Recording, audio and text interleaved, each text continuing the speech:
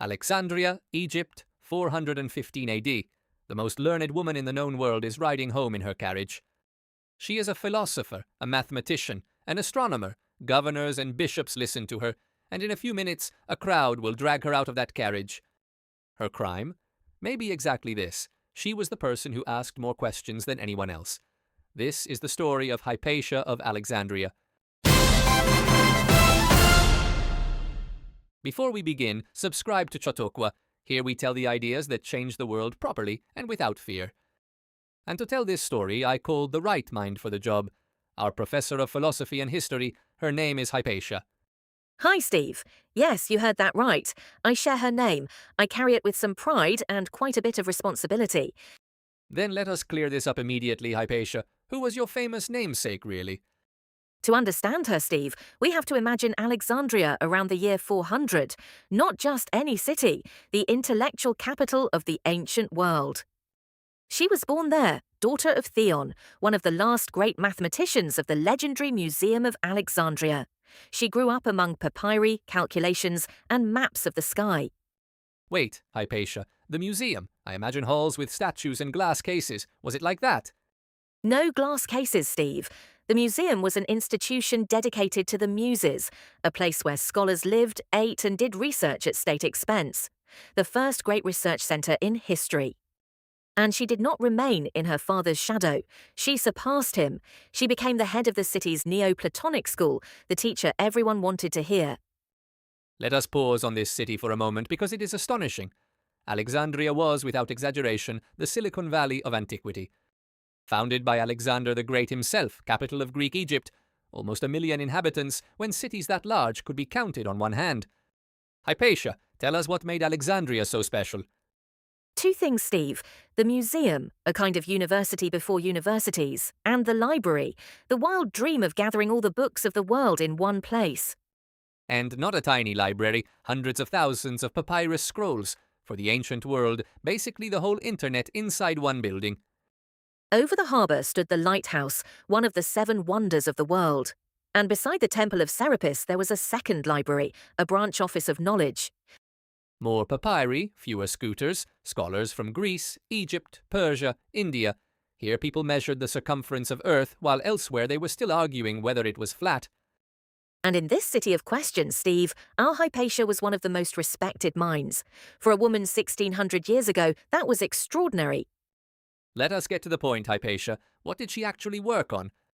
Pure mathematics in the sky, Steve.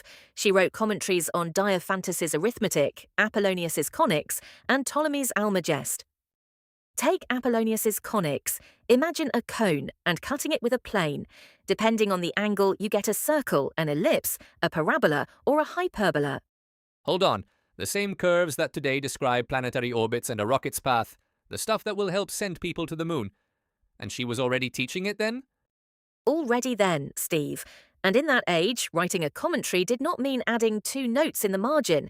It meant reconstructing, correcting, and making usable again texts that might otherwise have disappeared. Without people like her, entire works would never have reached us. She was, above all, a great teacher and a guardian of knowledge. I have heard there was also a wonderful object involved, the astrolabe, right? Exactly, Steve. A kind of smartphone for ancient astronomers. A metal disc used to read the position of the stars and calculate time and latitude.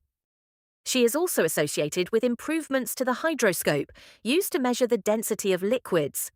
We know about these instruments because her student Synesius wrote to her from far away, asking how to build them. And here, Hypatia, comes the first twist. Do you want to say it or should I? You say it, Steve, but it is bitter. Almost nothing she wrote has survived. No original book. We know her mostly through the letters of that devoted student, Synesius of Cyrene. So we hear the brightest mind in the city almost only through the voice of someone who loved her. That leaves a strange emptiness, Hypatia. And yet that emptiness tells us a lot, Steve. Her lectures were so admired that pagan and Christian students gathered around her together. In his letters, Synesius calls her mother, sister, teacher, and benefactor. To him, she was not just a professor, she was a guide for life, someone to write to in difficult moments. In an age that was beginning to divide the world into us against them, her classroom was one of the few places where only one thing mattered: how well you could reason. She wore the philosopher's cloak and even taught in public, in the streets. A woman speaking about astronomy and the soul to a mixed crowd. For many people, that was hard to accept. A teacher so good she could bring together people who agreed on almost nothing. Hypatia, from one colleague to another. Respect. From a colleague, Steve, I take that as the finest compliment. But while she was teaching, Alexandria was about to become a powder keg. Hypatia, tell us who was facing whom. On one side, Orestes, the prefect, the civil governor loyal to Rome. On the other, Cyril, the powerful bishop, leader of a rapidly expanding Christian community. To understand the climate, one fact is enough, Steve. A few years earlier, in 391, the Serapeum, the great temple with its library, had been destroyed. The old world was already collapsing, piece by piece. 2 men, 2 powers, 1 city, and in between, too many tensions, political, religious, and struggles for control of the streets. And guess, Hypatia, who was the friend and advisor of the prefect Orestes? She was, Steve, and that placed her in an extremely dangerous position. So, in the eyes of the fanatics, that free, learned, influential, independent woman became a symbol to strike. Not for what she truly thought, but for what she represented. In March of 415 AD, Steve, the tension exploded. While she was returning home, she was stopped by an enraged crowd, dragged away, and killed with a violence that is still difficult to describe today. Think only of this. The person in the whole city who could read the stars best was stopped in the middle of a street by people who no longer wanted to hear any questions. We will not go into the details. We do not need them. What matters is understanding what was broken that day. With her, Steve, not only a person died. For many historians, an entire age ended, the age when Alexandria had been the capital of free thought. And now, Hypatia, the second twist, the one almost nobody tells. For centuries she was almost forgotten, Steve. Then, much later, she was rediscovered and turned into a symbol. In the Enlightenment, she became the martyr of reason against fanaticism. Later, an icon of women in science. Carl Sagan told her story on television, and cinema dedicated a film to her. Voltaire and Enlightenment writers cited her as an accusation against intolerance. Romantic historians made her a tragic heroine, and today she is a symbol for all women kept away from science. But be careful, because here, Hypatia, there is a trap. Exactly, Steve. She was not killed simply because she did science. She was crushed by a political and religious power struggle in which she had become the most convenient target.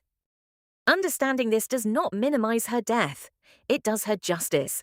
Not a slogan icon, but a real person, crushed by forces larger than herself. The truth is almost always more complicated than the legend, and precisely for that reason, Hypatia, it is worth looking for. Then let us close with the real question, Hypatia. Why are we still talking about her 1600 years later? Because her story reminds us how fragile knowledge is, Steve. A library can be lost. A teacher can be silenced. Free thought is never guaranteed forever. Think about it. Every time someone says, learn this and do not ask questions, they are switching off a little Alexandria. And she also reminds us that people who ask uncomfortable questions are often the first to become annoying.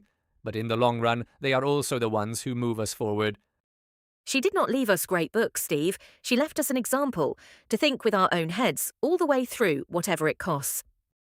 If this story made you want to know more, you are in the right place. Subscribe to Chautauqua and visit chautauqua.it. Philosophy, science, and stories like this, told to make you think, not to make you repeat by heart. I am Steve, she is Hypatia, our professor of philosophy and history, and the next dangerous question we ask together. See you soon. See you soon, and keep asking questions.